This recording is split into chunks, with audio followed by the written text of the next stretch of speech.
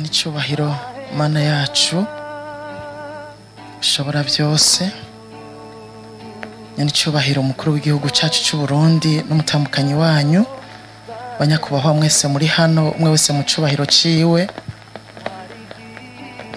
Ngomba mfata aka kanya nanje kugira ngo shimire Imana kubw'uyu mabukwe turiko turasezera uno munsi. Ndagomba gushima Imana sintevya, ni ku bintu bibiri cyane cyane nyamukuru. Icambere nuko uyu mabukwe twabanye neza, bimwe bakunda kuvuga urwanko rwa inabukwe n'umukazana. Twakuze twumva babivuga ko hariho urwanko rwa inabukwe n'umukazana. Ndashima Imana yuko arinze atahuka amahoro, ubwo rwanko atago nabonye. Ntago nigeze mbona uretse ko uyu mabukwe yambereye umumarayika. Sinzokwibagira umunsi umwe jewe umuhisi Petero Nkurunziza amaze kugenda ku rugamba, nasigaye mu bibazo bitandukanye, harimwo n'ibibazo byo kuronka ibyo gufungura bigoranye. Ndibuka ukuntu yatubereye umumarayika w'umunyokuru. Ico gihe twari twaherewe ibyo gufungura, twaherewe inzu twayitunganije neza. Burya inzu kumburi igira ubucafu niyirimwo ubutunzi bwinshi canke ifise byinshi. Twebwe twari twaherewe atanikara, atanumunyu, atagiharaga, atakintu na kimwe dufise mu nzu, aho twahora tubika utuntu twahakorofye neza hameze neza. Tugenda vyibuka utwanyuma twari twadufunguye kuwa gatandatu, hanyuma atani faranga mfise ku mufuko na rimwe novuga ngo nogura umukate canke ikiro c'umuceri. Hanyuma bukeye mu gatondo ndabwira umukobwa twabana ni rero ejo burya ntituzofungura, ariko nzoca mfata abana ndabarungike kwa mukuru wanje kubera twaba hafi yabo. Ndabarungikeyo tuvuye gusenga n'umukozi kugira ngo bafungure. Ca ndamubwira uwo mukobwa kuze twari kumwe ni wewe tuzoca dutaha muhira twicare. Twaheruka kumva intahe y'umukozi w'Imana yabuze ibyo bafungura muhira. Abana batarashika abwira madama ati fata amasorori agaragara ayashira ku meza kujya bama batondeka, hanyuma abana baze bayasangaho. Hanyuma umudamu aratondeka, abana bashitse bararyoherwa bicara ku meza. Rero wa mukozi w'Imana caratangura arasenga ntiyaca kubera azi yuko atabirimwo. Ashima Imana, aravuga, asengera abantu, asengera ibintu byose. Abana ati papa nawe aratebeje, kumbe ntacyo kiri muri ayo masorori. Hanyuma mugakiri karasenga yumva umuntu aradodoye. Hanyuma madamu arasoboka aragenda aramuraba, asanga n'umukristo wo kuri eglise afise n'igapo rininiya niyashunyisha. Aje yiruka kiramubaza ngo none mwahejeje gufungura? Acaramubwira ateka nitwari bwafungure. Acaravuga ati ndabasavye mufungure ibigwanje. Ati Imana yambujije amahoro, irambuza amahoro ngo ninteke sinzane bibisi, ariko nteke ndabagemurire mufungure ivy'iwanje. Ati none ndakwinginze mufungure ibi byo kurya vy'iwanje. Mama aratwenga caragenda aterura ya masorori. Abana babona ateruye ibigara. Ati kumbe mwari mwashizeho amasorori agaragara. Abana baratangara ati nico gituma papa yasenga daheza. Mugabo baca bashira ku meza ivyo vy'uwo muntu. Nanje rero ndamubwira nti nitwashika muhira ca twambura impuzu twajanye gusenga duce twicara natwe tugire ikijya gikogwa cyo kwizera, dusengera amasorori agaragara turaza kubona Imana. Hanyuma turashika impuzu. Abana nkuko nabivuze nca ndabarungika kwa mukuru wanje n'umukozi kugira bafungure. Baragenda barafungura, twebwe tuca turicara hano duhejeje twikazanuye tugira dusenge. Nza numva umuntu adodoye aradodora. Hanyuma tugiye kumuraba dusanga nuwo twaba muri studio, mu nzira imwe ama studio n'ama apartment. Dusanga nuwo muri apartment itwegereye. Hanyuma caravuga terega mwaronse umushitsi nimwabimenye. Hanyuma turabaza tutumushitsi nyabaki. Ati n'umushitsi yabagemuriye ibintu yabishize ngahi wacu kubera ngaho hari hugaye. Hanyuma tuce turagenda turabitora dusanga yatugemuriye umufuko w'ibiro 50 vy'ibiharage. Atugemurira wa mugereni bahora batanga mu mpunzi w'amakoto atugemurira igitoki, atugemurira na kagaseke yari yagahitanye, kagaseke k'imboga z'ibugarama. Hanyuma urumva kubera atadusanzeho acagenda kwa mukuru wanje abari haguma turindiriye, hama turabitora turabitwara, twumva turatangaye, bimwe byo gusenga urumva ko tutabaye tukibikora. Duca ahubwo dutonora igitoke urumva turateka. Hanyuma biriko birabira nca ndavuga nti reka ngende kuraba uwo muntu yatugemuriye, kuyana namubajije none watugemuriye arihe, bace bambwira ngo yagiye kwa mukuru wawe. Hama nca ndaja kumuraba, ngize ndagenda sanga ni mabukwe. Nsanze ari mabukwe ngira ikigumbagumba, ndavuga mabukwe ari mu bibazo, bari mu ngorane, hari muri bijya bihe nyene baheruka kubabomorera, bari mu ngorane nyene yaje gusaba indaruyo nyene, nkumva ntiyari kutugemurira n'ingorane arimwo, nari nzi ubukene, ariko kumbe kwa gukunda kurima yari yarimbuye ibiharage acaratuzanira. Rero icyo gihe mabukwe nkora ku mutima cyane cyane gose. Hamana ca ndamubwira nti ngo dutahe rero turajana muhira.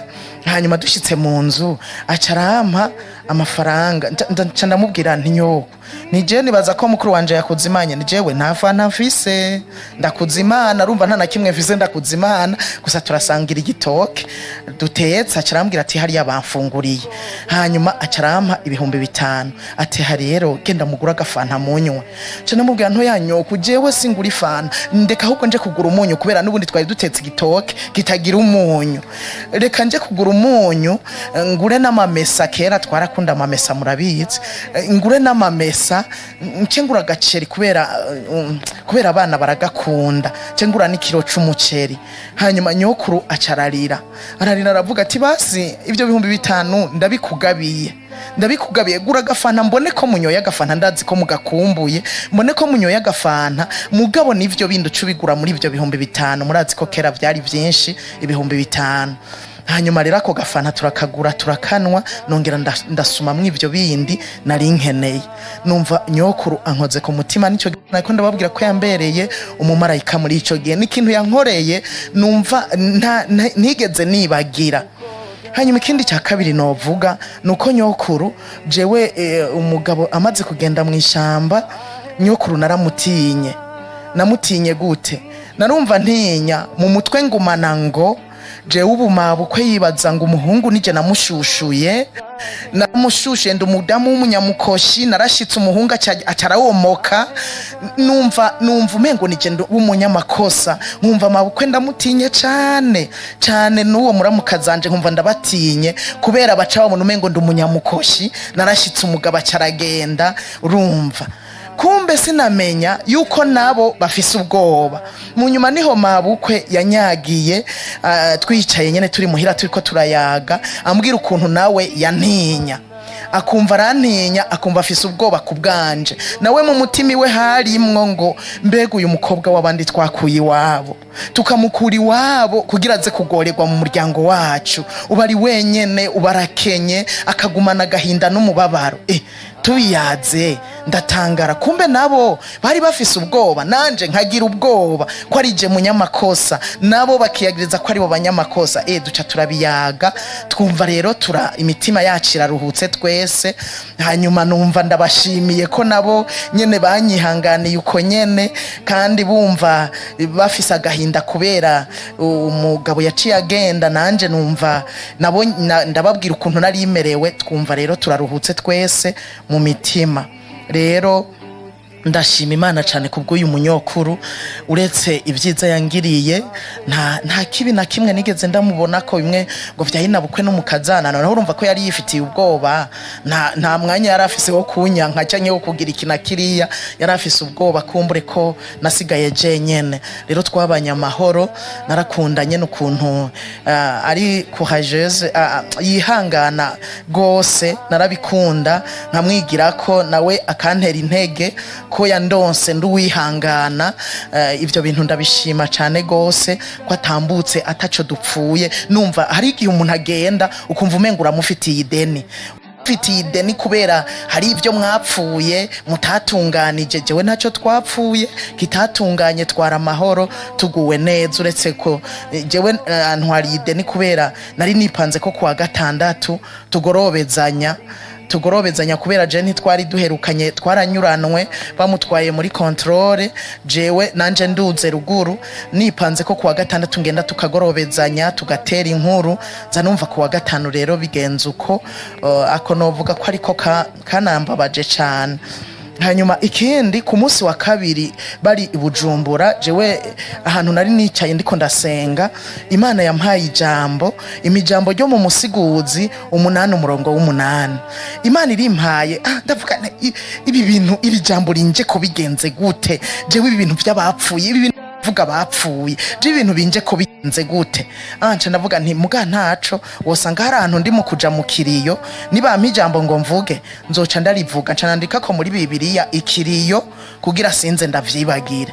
Ndatangara n'ijambo rivuga ngo umuntu numwe afise ububasha bwo kwigumira nkemu ziwe canke afise ububasha bwo kuzibira urupfu. Niko ijambo ryavuga, nca ndabona ko ari ijambo ryo kuvuga hari umuntu yapfuye. Rero kumbe sinamenya yuko ari ijambo nyene ry'iwacu, Imana irikira ko hari umuntu agiye kugenda nyene. Angaye numvise kuwa gatanu bambwiye ngo arapfuye, nca nibuka iryo jambo ko nari narihawe, numva ndatangaye. Rero ndasozereye, nagomba gusozera nanje shima cyane abantu batubaye hafi rwose muri no misi. Hariho ababaye hafi abari no Ingozi mu misi y'ikiriyo, burya wabuze nuronka abakugerako ni ibintu urumva ugumana agahinda, ariko iyo abantu baje urabona yuko ufise abantu, kandi iyo bahari baranakwibagiza uwo mubabaro. Ababaye hafi abari n'Ingozi, ababaye hafi kuri twebwe twari ni Bujumbura, mukadushigikira mu bikorwa bitandukanye. Hanyuma uwundi dukengurukiye abandi babashimiye ni Evrard. Twavuganye na muramukazanje yavyibagiye gataca arantuma kubera turi bamwe, acarantuma nze kuvyibuka tumushimire Evrard, kandi nanje by'ukuri vyari ku mutima. Evrard n'umutambukanyi wiwe kubera ejo bundi mu bihe biheze umukenguza amateka aronse ibikorwa, murabona ko bakorera Igitega, yaciye amusaba Evrard kuko yari yubatse urugo rwiwe yagiye nyene kuba ahandi, acaramusaba, kandi ndibuka ko twanabiyaze ko aramusaba kugira ngo baze babe hajya muhira, kugira ari Gitega nyokuru ntaguma ari wenyene, umukazana wiwe azaragenda ari abanyokuru bamube hafi, kandi barabikoze cyane. Imana yo mwijuru ibaheza. Tubashimiye kubera babitahuye, bari gushobora kuvuga bati twubatse urwacu, reka twigumire kwa twenyene nimutugore, ariko baravyemeye baraza barahaba, kandi bagumye hafi ya nyokuru. Adahari rero nta bwoba yagira, yaramenya ngo muhira hariho abantu bahava bamuraba nyokuru. Turabakengurukiye cyane, mwarakoze kwemera n'ibikorwa byose mwabandanije gukora ku bwiwe, nubwo yari nyokuru wanyu. Ibyo ari byo byose mwari gushobora kumva mwoba mwenyene mukanezerwa n'ubuzima muri mwenyene, mwari n'abageni, ariko mwaravyemeye. Turabakengurukiye cyane mwese, Imana ibahezagire.